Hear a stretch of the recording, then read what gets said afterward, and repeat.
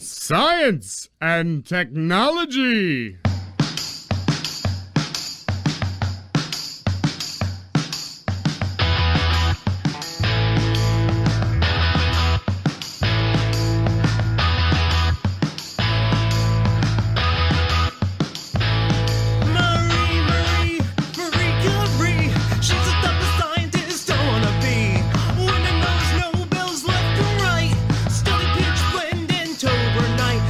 Everybody, welcome to STEAMpunks. I'm your co-host, Emily Schock. And I'm Zachary Schock, your co-host, husband, and number one fan of Emily. Oh, you're too kind. Hey, Zachary. What? You got some news for us? Maybe. Like what? Well, we may have joined a network earlier this month. Earlier? The other day. It's fine. Yesteryear. Which network did we join? The Pocket Podcast Network. You want to say that again? The Pocket Podcast Network. There it is. So, what does it mean that we're part of a network now? It means that we're affiliated with a bunch of cool shows that are committed to bringing quality podcasts right to your pocket. It also means that we're going to start doing ads and stuff for, other shows, maybe some sponsorships. You can get a pocket note and make me and Zach say whatever you want. That's pretty dangerous. Yeah. Please keep it family friendly. Check it out at pocketpodcastnetwork.com/pocket notes. And so, that's just a really cool thing. We're super excited about it. Oh, yeah. Super stoked. I think it's going to be awesome. Okay, so on with our show, I guess. We've done science and math with Ada Lovelace. Mm-hmm. We've done science in the form of botany with Alzada and Lois. And so Zach requested of me to look up an inventor next, right? Yeah. Okay, I got to get the engineering in there. So I chose Hedy Lamarr, famous actress. Cool. Not quite. Except she was an inventor. Saw that coming. But we'll get there. Let's start at the beginning. So, Hedy Lamarr was born Hedwig Eva Maria Cheslak on November 9th, 1914 in Vienna, Austria. Yeah, very Germanic name. Super Germanic name. Her parents were Gertrude and Emil. Her mother was a pianist, and her father was a successful banker. Very nice. So, very well cared for were they, financially. They lived in what was called the Cottage District, which was in the heart of the artistic quarter of Vienna. Oh, very nice. Surrounded by music, performing arts, everything. Paintings just everywhere. Everywhere, all the time. Lining the walls, lining the billboards, all of them. All the art billboards of Vienna. Very famous. Lots of bands in the streets. She was once quoted as talking about how her mother promised her that if she was very good, she could get a nice present, which ended up being her first trip to the theater, and, the movie theater. Okay. And so that's when she fell in love with the silver screen. Ooh. It became her dream. She dropped out of school to become a secretary for a film writer when she was 16, so 1930, because she realized that she was really pretty and sort of wanted to take advantage of it. Yeah. So she got herself a job as a secretary and overheard them talking about how they needed a secretary role in a new film. So she just marched her little 16-year-old butt up there and was like, "Hi, I can do it." You can literally see me doing it right now. Literally, look at how good I am at secretarying. Mm-hmm. Now let me do it on camera. And they gave it to her. She just had a couple bit parts at first, but critics even noticed her because she was just that beautiful, even in the background. Wow. Eyes as pretty as a picture, the most beautiful girl in the world. They were smitten. So she successfully made her mark in Vienna, but she knew that in order to make it big, she had to go to the heart of filmmaking in Europe, Berlin. Oh. As a young Jewish girl. That's a bad place during that time. In the 1930s. What was going on in the 1930s in Germany, Zach? Coup, yeah, basically. Hitler took power in the Senate, and pretty much the rest is history. Yeah. Going on to World War II, and yeah. And, he was able to get power mainly because of the Great Depression. Yes. It sucked. Yeah. Badly. But even throughout the Depression, German filmmakers were always able to fill theaters. That was one thing that stayed steady when everything else was falling. Germans did love their art. Yeah, so she was able to do pretty well in both theater and film. For a while there, I guess she just was able to sort of hide that she was Jewish. And still made it pretty big. And her big break, that was in 1932, a Czech film, like from the Czech Republic, Yes. called Ecstasy. Okay. Y'all, it was raunchy. It was a European art film, so, nudity is bound to happen eventually in European art films. It's required at least 3 times. Well, it is after Eva does it. The story of this film is that she marries an old, impotent man and finds a younger lover. And there are a lot of story additions and edits depending on where it got released, but the big part is that it includes nudity, and it included sex. Like, trigger warning if it oogs you out, skip ahead like 30 seconds. But one of the scenes, she was literally simulating an orgasm. Fun. Which they did the director didn't like how she did it first, so he started poking her with a safety pin. No. To get her to react. So, yeah. Hollywood. Well, Berlin. Berlinwood. But as you can imagine, when this came out in 1933, it caused a bit of a stir. On the one hand, you had people that praised it as this high erotic art that, yes, she was nude, but it was because it made a statement, it told a story. And then you had people that were like, no, y'all, this is straight up porn. So it was banned in Germany and America and also by the Pope. Yeah, it's kind of the Pope's job. But, she still made headlines. She was still the it girl for it. Whether or not people ever actually saw the film, especially in America. Yeah, they just skipped ahead. They knew about it. So after this film, she was noticed by a man named Fritz Mandl, a successful businessman, 13 years older than her. All right. A Catholic of Jewish descent. And he fell in love with her on the screen and started pursuing her. They got married because, she was such a romantic. All she wanted was stability and love. Yeah. She had a hard time finding it, as we'll find out. But, So they get married in 1933, and she retires early from stage and screen. Okay. They get married August 10th, and soon to find out, Mandel didn't really care for Hedy as a person. He needed a pretty trophy wife to bring to the dinner parties he threw for the fascist leaders he sold weapons to.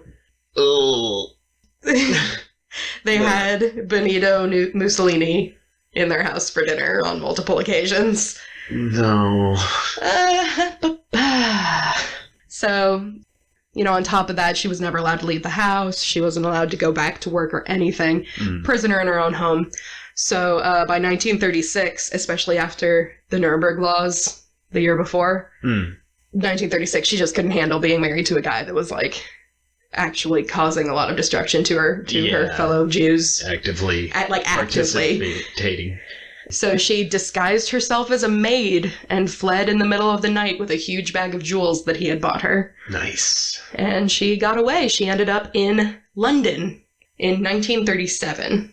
And as was the case during this time, a lot of actors, especially of Jewish descent, were fleeing to Europe, the different parts of Europe and America to get away and still act. And that's how she met Louis B. Mayer, who was literally their to sign up actors to bring to Hollywood. Lucky break. She was a little cocky here. She didn't want the standard contact and standard payment. Like, she was like, I did that nude scene, that's me. And he didn't want to give it to her, so she was like, I'll make him give it to me.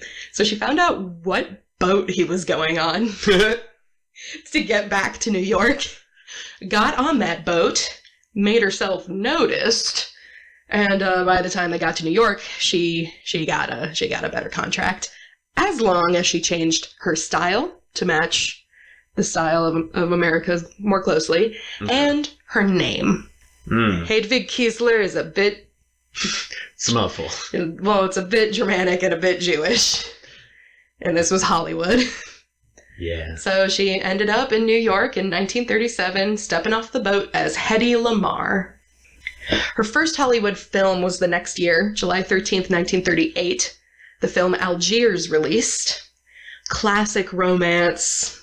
She's in the lead role, just looking amazing and acting her butt off with her amazing accent, and everyone loves her. She becomes a total star. She's on posters. She's in magazines. She's like the it girl.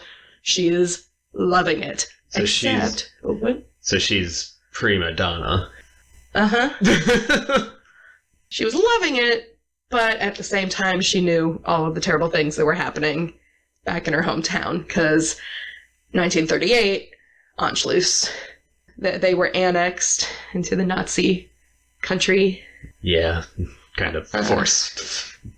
Yeah, and a Kristallnacht, Night of Broken Glass. Over 30,000 Austrian Jews ended up in the first concentration camps, and so this is where the turning point happened. Yeah. As far as his anti-Semitism. So she wasn't able to enjoy her fame and fortune, because she knew what was going on. And again, looked for love and stability in her second marriage to Jean Markey, a socialite, playboy, and screenwriter. They started dating February of 39 and got married March of 39. Adopted a son, James, and by October of 1940 they were divorced.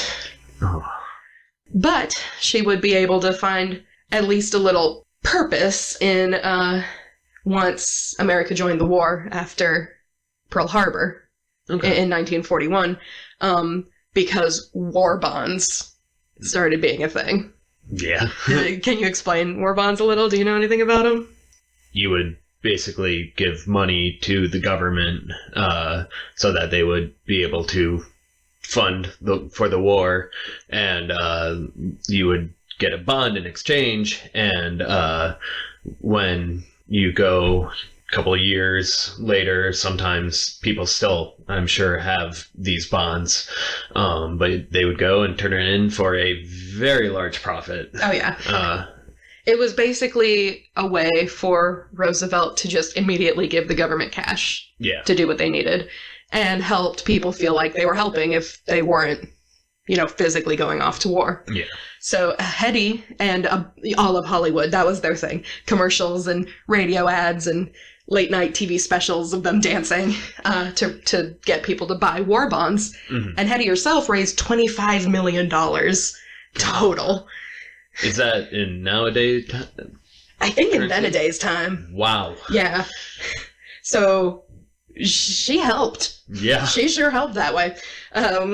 They also, what Hollywood did for soldiers was they opened the Hollywood Canteen. It was food cooked, waitressing, bartending, all done by Hollywood actors. Okay. And the only admission was your serviceman uniform. Everything was free, and Hedy would kiss you, which she hated, but eventually got used to. Yeah.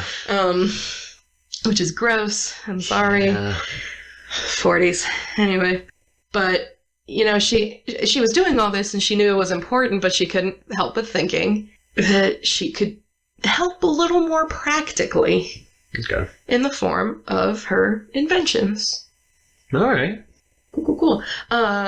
She had several. Howard Hughes, he was a Hollywood writer, but he was also into aviation and was like a Playboy millionaire. She and him made acquaintances in Hollywood, and he gave her a little mini inventing set that she could use in her trailer in between takes and stuff, because she had an inventing table at home. All right. You can't bring that with you. Yeah. Another thing she did for him was he was trying to come up with a really fast plane. And she looks at his designs and she's like, these are too square. Like, they're never gonna... These are too slow. They're too slow. What are you doing? So she went out and she bought a book about fish, and she bought a book about birds. And she found the fastest bird and the fastest fish, used the wings and the tail fins, drew up a new design and gave it to Howard Hughes. And he was just like, he literally said, he is quoted of saying, "You're a genius." Nice. She made it aerodynamic by looking at nature. And that was just helping him with his. A couple other ones that she did, she made a little dissolving tablet of cola. Because, like, no one on the front lines could have Coke. So, like, the Mentos and Coke. Yeah, that's where that started. It ended very badly for the soldiers. It was her invention for... It was her weapon invention. Yeah. No, it was just like a little tablet, and it made water into cola. She admitted it wasn't very good, but, you know, that's what R&D is for. You gotta break a few glass to make a bottle. Yep. She also, her big invention that, it's just so big. Okay, here. U-boats were a huge problem.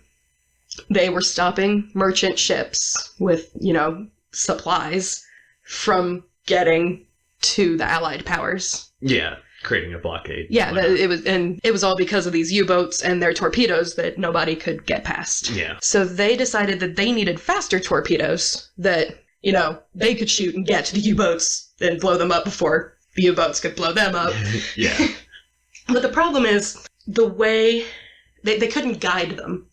They could, but the only way that they had for guidance was a single radio frequency that was super easy to detect and jam, and then it was over. So while Hedy was married to Fritz, that first guy, she would hear them talking about this problem, and she was like, but what if? And she started coming up with something to help make guiding them easier. But she needed help from avant-garde composer George Antile. This is why we add arts into STEAM. Yes! You know, it was 1940s. It was avant-garde. It was 12-tone. It was random, irresponsible. Just go have fun, guys. Just do what you want. Break all the rules. Make new rules and break those. The only rule is there are no rules. And one of his pieces, it was a ballet, but instead of for dancers, it was for 16 automated pianos.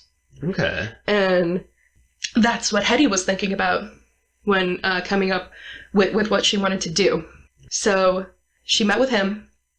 They met at a party, and she, like, gave him her number, and he called back all excited. Because, like... Do I wait 3 days? Do I wait for him to call me?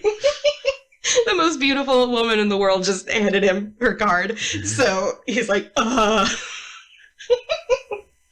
Anyway, so she called and was like, hey, I want to talk about inventions. Just laying in bed, kicking his feet. Hey. Hey, girl. Anyway, so get together. And they're going to... So the problem with the guiding system was at one radio frequency that could be detected and jammed. But what if the signal was spread about... By 12 pianos. No. Well, we'll get there.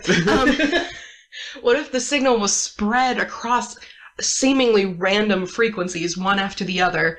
Intercepting them would be impossible. Even if you grabbed one, then it would immediately would just go to the next one anyway. Hop, hop, hop, hop, hop. So he was thinking, yeah, I can coordinate the frequencies the same way I coordinated the pianos. So, you're gonna love this. Hedy and Antile's design was 2 piano paper rolls placed in both the transmitter and the receiver, started at the exact same second, so that they were in sync. Mm-hmm. And with the secret instructions for switching the frequencies. And they would just send the frequencies back and forth to each other based on this piano roll.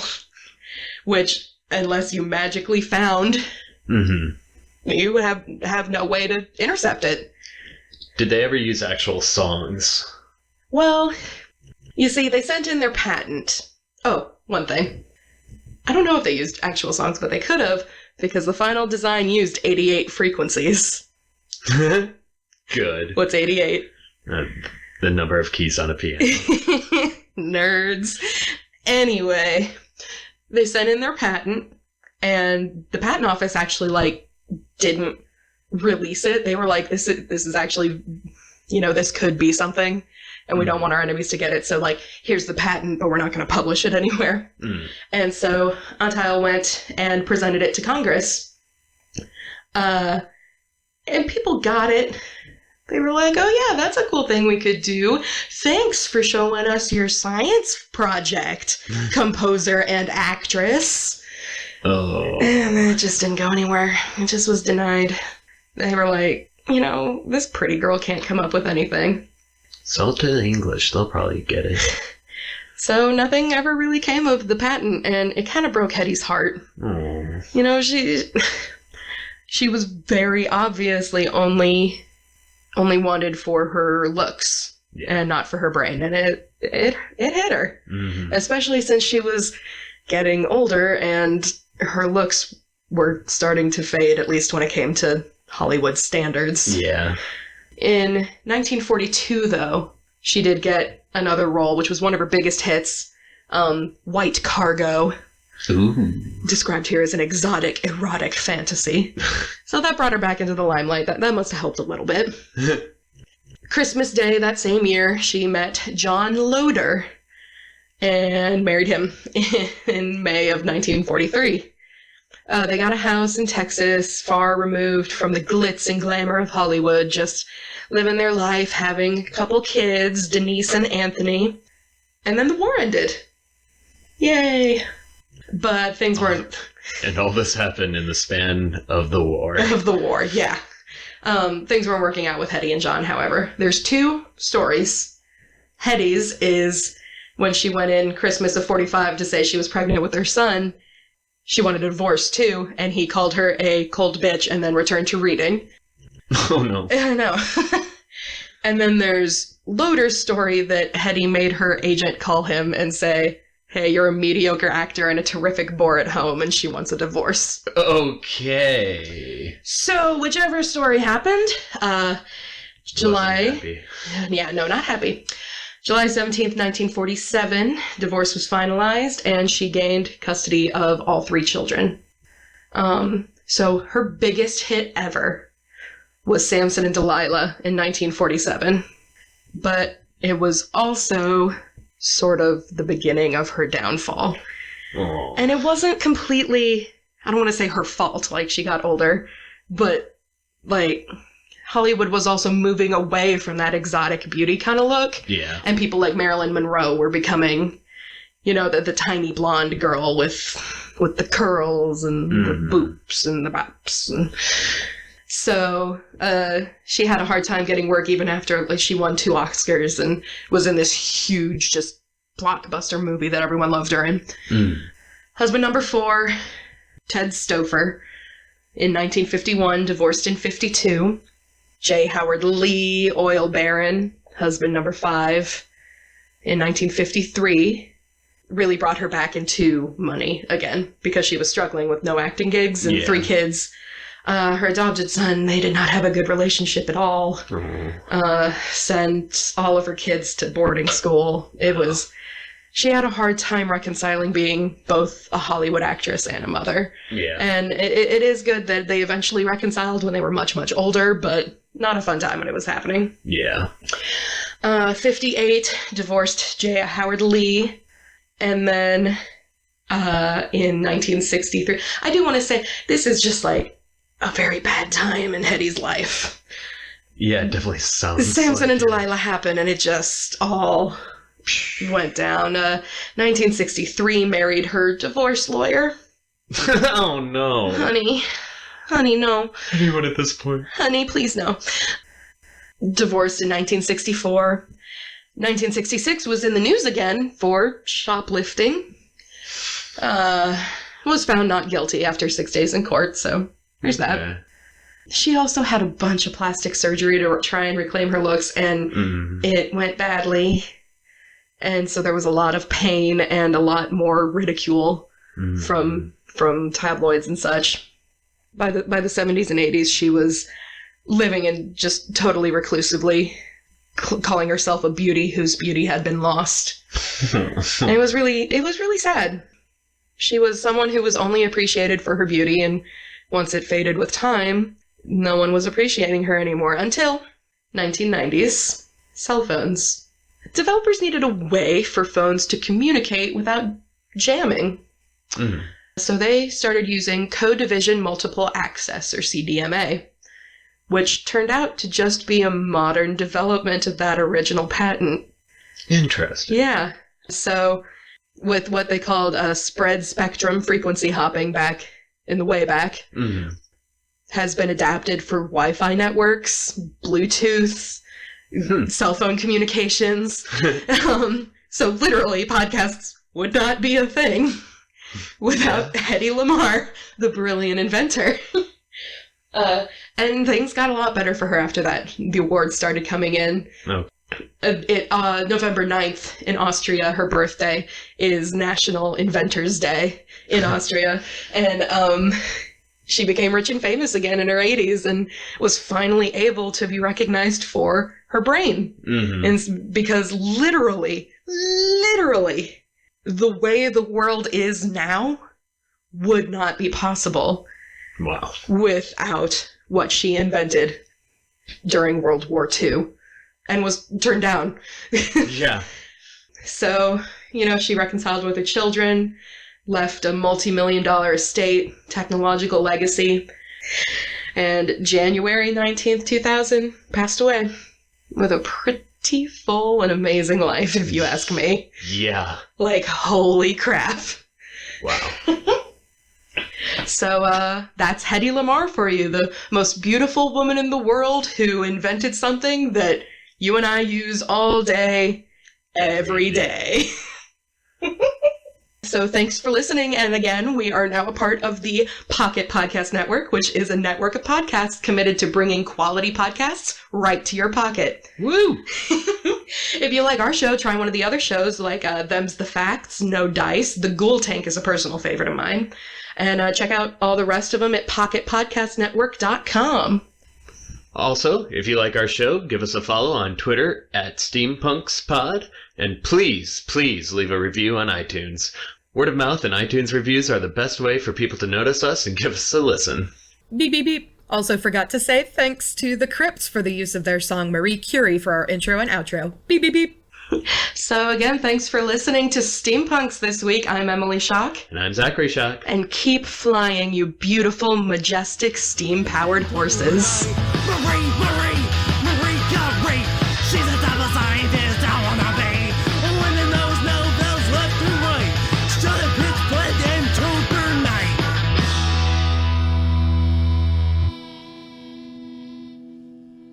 Woo! Hi, this is Jessie. And this is Griffin. And we're Avocado Toast. We're a news and social commentary podcast by young people for young people. Have you ever wanted to know more about climate change? The social conflict in Venezuela? Or maybe why Trump sucks so bad? Then we might be the podcast for you. New episodes every week. You can find us on iTunes or Google Play. Just go and search Avocado Toast. Check us out. Eat the rich.